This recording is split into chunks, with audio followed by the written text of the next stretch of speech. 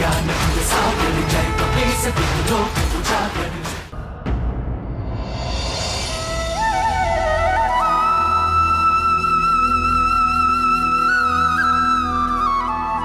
कर्म प्रधान विश्व करी राखा, जो जस करई सो तस फल चाखा। समस्त संसार कर्म की गति से बंधा है। कोई भी जीव किसी भी पल अकर्मा नहीं रहता। मनुष्य के जीवन का निर्माता वो स्वयं है। जो जैसे कर्म करता है वैसा ही शुभ या अशुभ फल उसे मिलता है। महादेव भोलेनाथ, कमल योनि ब्रह्मा जी और मैं भी इस नियम में व्यवधान नहीं डाल सकते। और इस नियम के संचालन का कार्य दिया गया है नवग्रहों को। वे निरंतर आकाश पथ का चक्कर लगाते हुए मनुष्य के पूर्व कर्मों के अनुसार फल देते रहते हैं।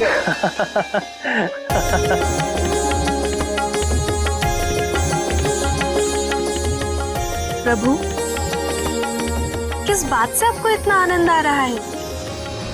हमें भी बताइए। नवग्रहों में एक ग्रह है शनिदेव।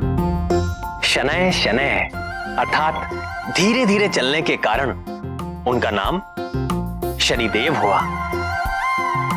सभी जीव उनसे बड़ा भय खाते हैं। उनके चक्र में जो भी पड़ता है सदा रोता हुआ मिलता है। किंतु जब हनुमान से उनकी भेंट हुई तो क्या नाथ, बताइए ना। हनुमान एक पर्वत शिखर पर बैठकर आनंद से केलों का भोग लगा रहे थे।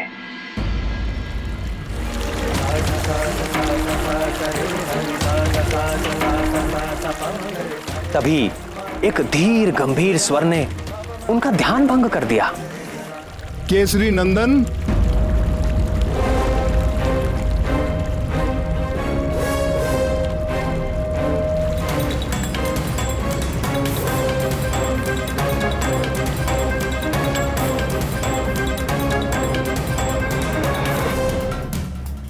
मैं आपको सावधान करने आया हूं पवन पुत्र हनुमान।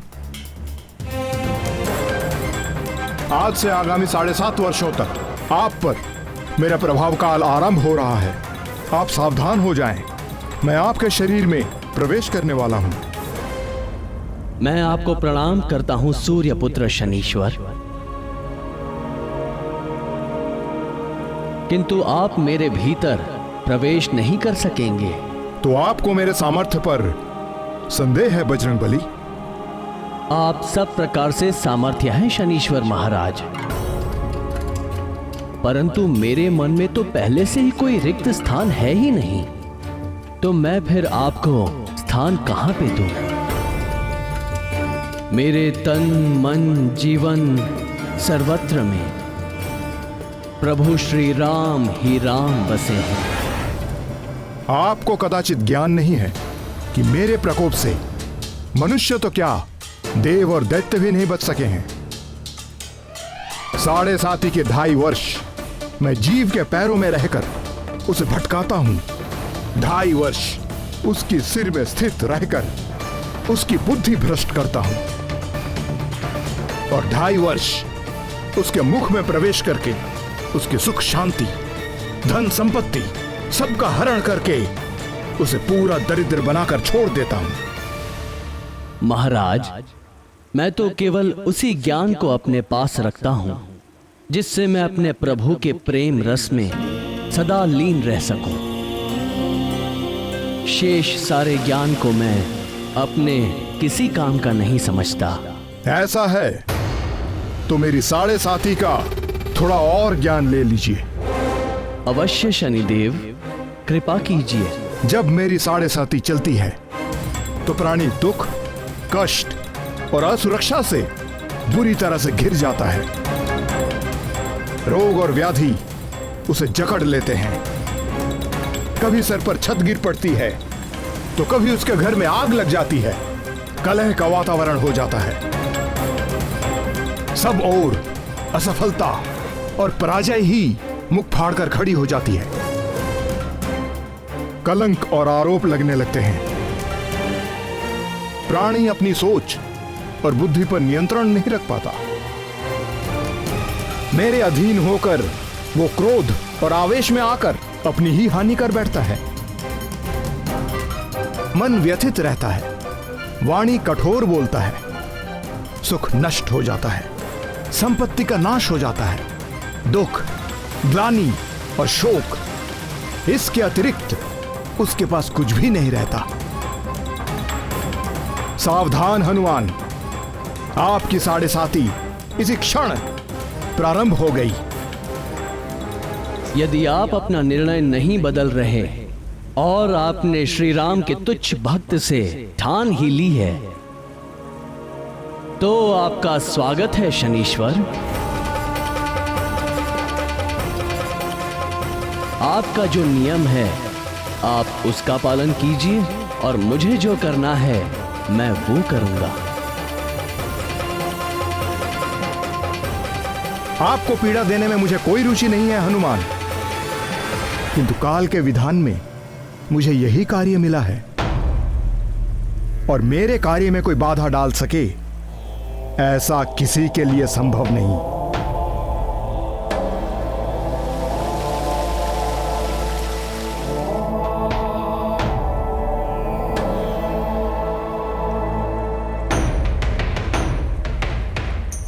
जय श्री राम, जय श्री राम, जय श्री राम,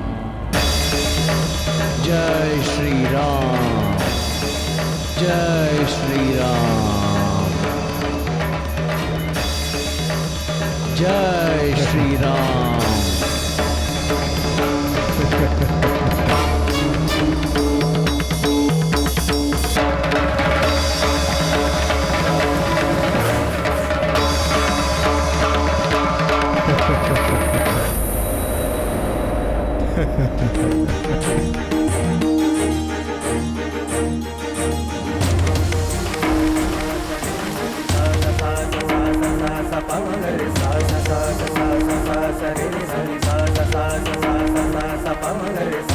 जय श्री राम।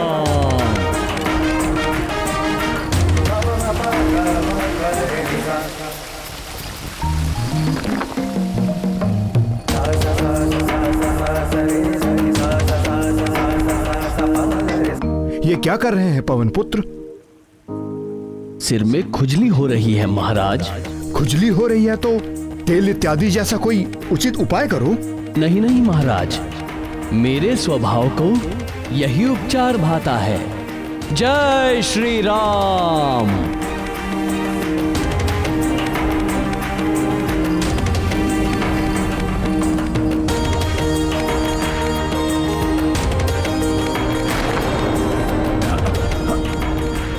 हे मारुति नंदन, इन चट्टानों के बोझ से मैं मरा जा रहा हूं, कृपया इन्हें हटाएं। क्षमा करें शनीश्वर महाराज, जैसे आप काल के विधान से विवश हैं, वैसे ही मैं अपने स्वभाव से विवश हूं। जय श्री राम।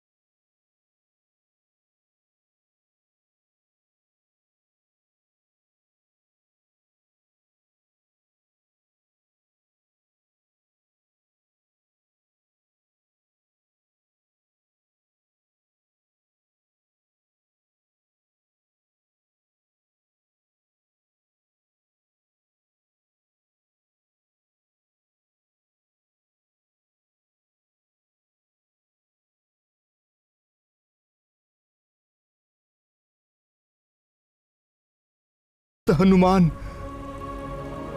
क्या आपसे मुझे थोड़ा तिल तेल मिल सकेगा? मुझसे तो नहीं मिल सकेगा हे सूर्यपुत्र, पर आज के बाद आपके दुष्ट प्रभावों से बचने के लिए भक्तगण आपको तेल चढ़ाकर ही प्रसन्न करेंगे।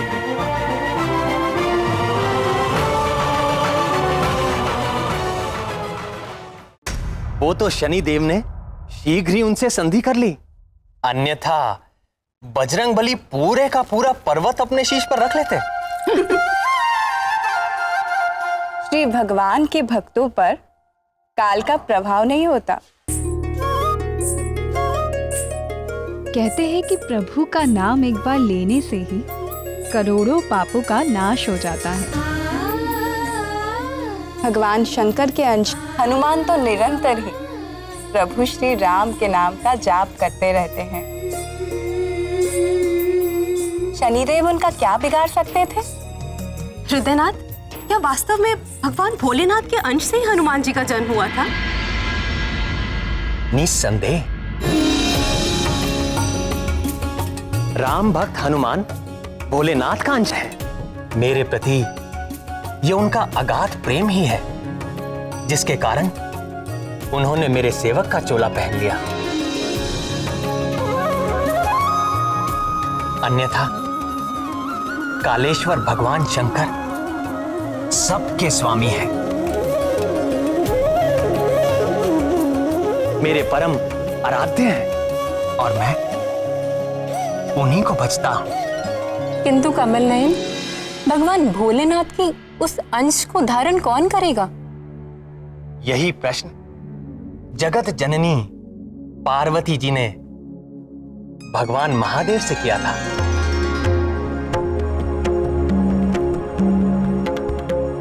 अब आप ही बताइए, भोलेनाथ ने क्या उत्तर दिया था? स्वर्गलोक की एक अप्सरा है जिसका नाम है पुंजिक स्थला। स्वर्गलोक की अप्सरा? अप्सरा ने वानर को जन्म दिया, किंतु यह कैसे हुआ स्वामी? मेरी इच्छा होने पर महामाया सब कुछ संभव कर देती है।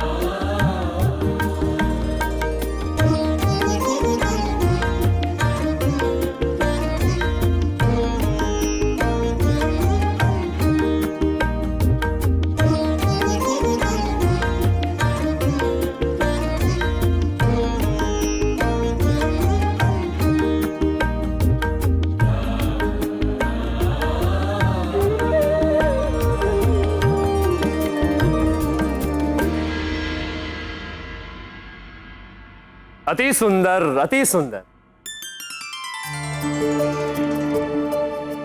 देवी पुंजिक स्थला, नृत्य कला में आप मेनका और उर्वशी से कहीं भी कम नहीं।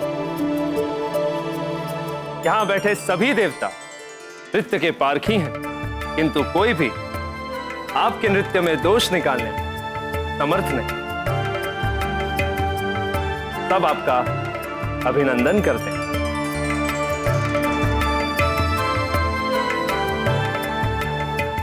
उसके नृत्य के समान ही पुंजिक स्थला का चरित्र भी निर्दोष था। देवराज इंद्र का स्वर्ग भोग विलास की सीमा है, किंतु वहां रहते हुए भी वो अप्सरा भगवान शंकर की नित्य उपासक थी।